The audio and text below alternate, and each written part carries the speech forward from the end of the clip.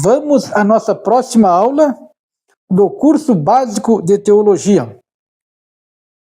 Hoje vamos estudar os grandes avivamentos na América. Estamos na lição 4, texto 2.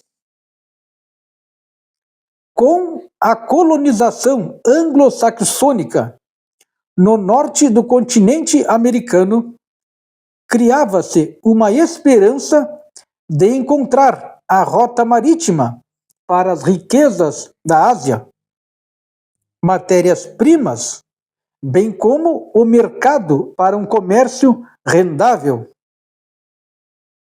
Porém, não obstante a isso, muitos cristãos viram a possibilidade de fugir da perseguição na pátria-mãe, e outros ainda a possibilidade de falar de Cristo a pessoas que jamais tinham ouvido o Evangelho.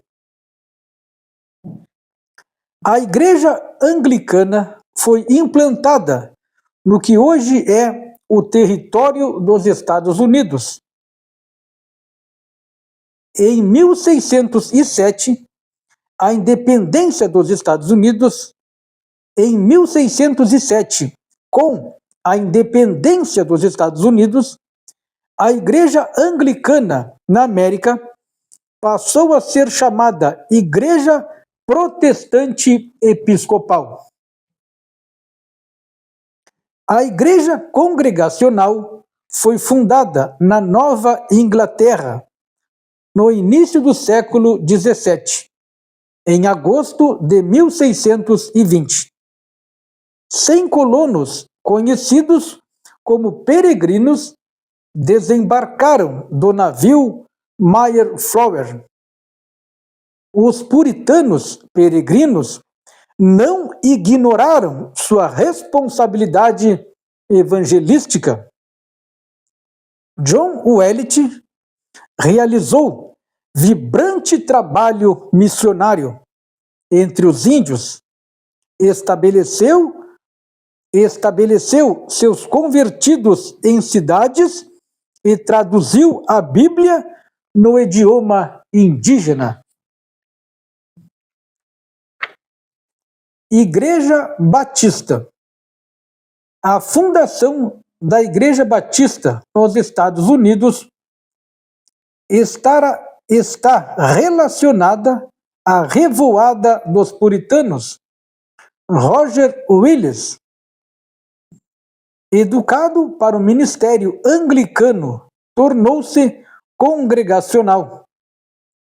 Por essa causa, deixou a Inglaterra e rumou para Boston. Não aceitando os ditames da administração do congressional, John Cotton rumou para Rhode Island, onde foi fundada uma igreja em 1639. Segundo princípios batistas, e todos os membros foram rebatizados, inclusive Williams. Há uma disputa entre Providence e Newport pelo título de primeira igreja batista nos Estados Unidos. Igreja Presbiteriana. No início do século XVII, os presbiterianos escoceses, forçados pelo rei James I a desalojar os irlandeses, continuaram imigrando para a Irlanda do Norte. Porém, muitos escoceses irlandeses imigraram para as colônias da América depois de 1710. Francis Mackay foi instrumentalizado para disseminar o avivamento. Igreja Metodista.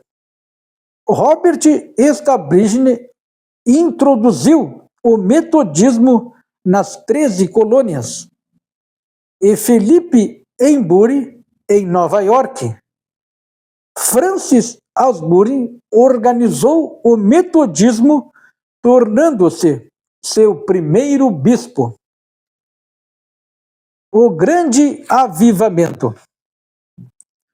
O início do século XVIII foi marcado pelo declínio do fervor religioso e moral nas colônias. A nova geração não sentia o zelo e a piedade dos primeiros puritanos peregrinos. Somente uma minoria inexpressiva frequentava as igrejas. Nessa época de frieza e desânimo, Deus levantou um dinâmico jovem chamado Jonathan Edwards, homem de grande erudição, cheio do Espírito Santo.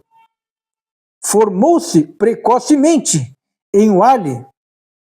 Aos 13 anos, já dominava o grego, o hebraico e o latim. Aos 17 anos, tornou-se pastor da Igreja Congregacional em Northampton, em Massachusetts. Apesar de ler seus sermões, pregava com vida e unção extraordinárias. Seu sermão, Pecadores nas mãos de um Deus irado, ilustrava o poder com que pregava. James Packer diz que ele era dotado de um dom único, de fazer as ideias adquirirem vida por meio da brilhante precisão com que a expunha. Podia fazer 2 horas parecerem 20 minutos.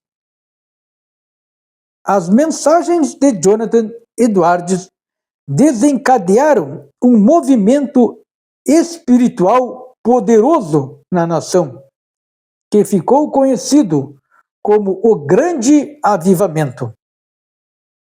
Jonathan Edwards cria na necessidade da conversão pessoal. Ele mesmo passara por ela. Perdeu o púlpito de sua igreja por exigir dos membros um testemunho pessoal de salvação. Daí, tornou-se missionário aos indígenas de Stonebridge. Neste tempo, escreveu seus livros mais importantes: A Liberdade da Vontade e O Pecado Original. Em 1757, foi escolhido reitor da Universidade de Princeton. Ao tomar vacina contra a varíola, a própria inoculação lhe causou febre e morreu em 1758. Edward foi o mais importante filósofo teólogo que surgiu na América. Em Nova Jersey, Gilberto Tennent, pastor da Igreja Presbiteriana de New Brunswick, em 1728, começou a pregar de uma forma tão ungida que despertou a sua igreja e as adjacências. Enfim, todas as populações da colônia foram sacudidas pelo Grande Avivamento, e as igrejas congregacional, batista e presbiteriana cresceram em membresia e em poder.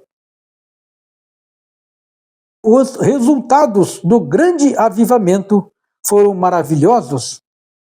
Cerca de 30 a 40 mil pessoas foram salvas e mais 150 novas igrejas foram plantadas na Nova Inglaterra. numa população de 300 mil pessoas. As famílias foram moralmente fortalecidas e universidades como Princeton, Columbia e Hampden-Sydney foram criadas para preparar os ministros para as igrejas que iam sendo fundadas. O segundo grande avivamento. Em 1787, um novo reavivamento ocorreu na Universidade Hampden-Sydney, chamando a atenção dos estudantes para o seu estado espiritual, chegando até as igrejas. O avivamento chegou em Harley em 1802, sob a liderança de Timothy Dwight, neto de Jonathan Edwards, cujas mensagens simples e profundas acabaram com a incredulidade dos alunos. O avivamento chegou ao Oeste, que vivia um estado moral deplorável. O consumo de bebida alcoólica era alto, o índice de imoralidade alarmante. O avivamento espiritual contribuiu para o fortalecimento da moral do Oeste. A embriaguez e a obscenidade deram lugar ao pudor e à modéstia. Em 10 anos, mais de 10 mil pessoas uniram-se somente à Igreja Batista em Kentucky. Neste período, os crentes deram mais atenção às reuniões de oração. Em 1786, foi implantada a escola dominical. O avivamento também manifestou a preocupação com a obra missionária. Foi fundada a Junta Americana de Comissionados para Missões Estrangeiras, como resultado das reuniões de oração no Monte de Feno, de Samuel Miles. Entretanto, o mais conhecido nome do segundo grande avivamento foi Charles Finney, um advogado convertido em 1821, que trouxe algumas inovações que se tornaram eficientes, como cultos anunciados previamente, linguagem coloquial na pregação, horários não padronizados para os cultos, a citação de nomes em orações públicas e a criação do lugar dos aflitos, onde as pessoas com inquietações espirituais poderiam ir. Após a Guerra Civil, destacou-se a figura de Dwight Moody, que conseguiu combinar o avivamento com a evangelização de massas. Após excursões evangelísticas bem-sucedidas na Inglaterra, fundou a Sociedade para Evangelização de Chicago, em 1886. De onde surgiu o Instituto Bíblico Moody? Seus sucessores nesse novo tipo de evangelização mundial foram Reuben Archer, Torrey Gaspar Smith, Bill Sunday e, desde 1949, Billy Graham, o mais proeminente evangelista internacional. Resultados do segundo grande avivamento.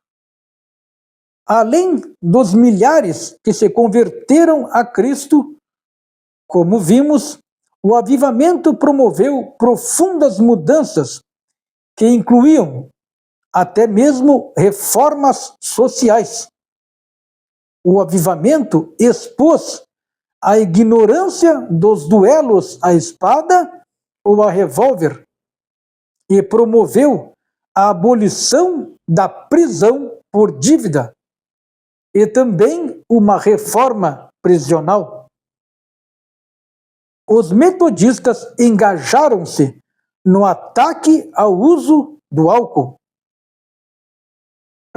Pouco tempo depois, ajuntaram-se a esta luta também os presbiterianos e congregacionais, pedindo a seus membros que não comprassem nem vendessem bebidas alcoólicas. O avivamento despertou a consciência das igrejas sobre a vergonha da escravidão. Charles Finney foi incansável em seus esforços abolicionalistas. O livro de H. Becker Stone, A Cabana do Pai Thomas, fez o movimento crescer. Muito bem, terminamos a leitura. Agora vamos aos exercícios de fixação. Marque V para verdadeiro ou F para falso. Eduardes foi o mais importante filósofo teológico que surgiu na América? A primeira, marque V, verdadeira. A segunda, D.L. Moody conseguiu combinar o reavivamento com a evangelização de massas? A segunda, marque V, verdadeira. A terceira, o avivamento não manifestou preocupação com a obra missionária? A terceira, marque F, é falsa. Manifestou sim. Então, a terceira, marque F, é falsa, tá? Aqui diz que o avivamento não manifestou preocupação com a obra missionária, mas o avivamento manifestou sim preocupação com a obra missionária. Então, a terceira é falsa. Questão 4. Finney criou o lugar dos aflitos para as pessoas com as inquietações espirituais. A 4, marque V, verdadeira. A 5, o avivamento despertou a consciência das igrejas sobre a vergonha da escravidão. A questão 5, marque V, verdadeira. Vamos ver aqui. Marque a segunda coluna de acordo com a primeira. Marque a segunda coluna de acordo com a primeira. Número 1, Jonathan. Jonathan, vocês vão marcar na letra B, então coloque 1 na letra B. Seu sermão, pecadores nas mãos de um Deus irado, ilustra o poder com que pregava. Então tá, Jonathan, primeira, Jonathan, marque 1 na letra B. Seu sermão, pecadores nas mãos de um Deus irado, ilustra o poder com que pregava. Jonathan Edwards, tá? Número 1, Jonathan Edwards. Marque na letra B. A segunda, Roger Williams. Roger Williams. Vocês vão marcar o 2 na letra E. Marque 2 na letra E. Roger Williams, fundador do Trabalho Batista nos Estados Unidos. Agora, letra 3, Francis Asbury. Francis Asbury, vocês vão marcar na letra D, primeiro bispo metodista nos Estados Unidos. Então, marque 3 na letra D, Francis Asbury, primeiro bispo metodista nos Estados Unidos. Agora 4. Harriet Beecher. Vamos marcar o 4 na letra C. Marque o 4 na letra C. Escreveu o livro A Cabana do Pai Thomas. Então, 4. Harriet Beecher escreveu o livro A Cabana do Pai Thomas. Letra C. Então, marque 4 na letra C. Agora, o último, 5. Billy Graham. Billy Graham. Billy Graham, 5. Vocês vão marcar na letra A. O mais proeminente evangelista internacional desde 1949. Então, Billy Graham, o mais proeminente evangelista internacional desde 1949. Então, marque o 5 na letra A. E terminou a aula de hoje. Vamos estudar para nós tirar um 100 na prova terça-feira. Deus abençoe a todos.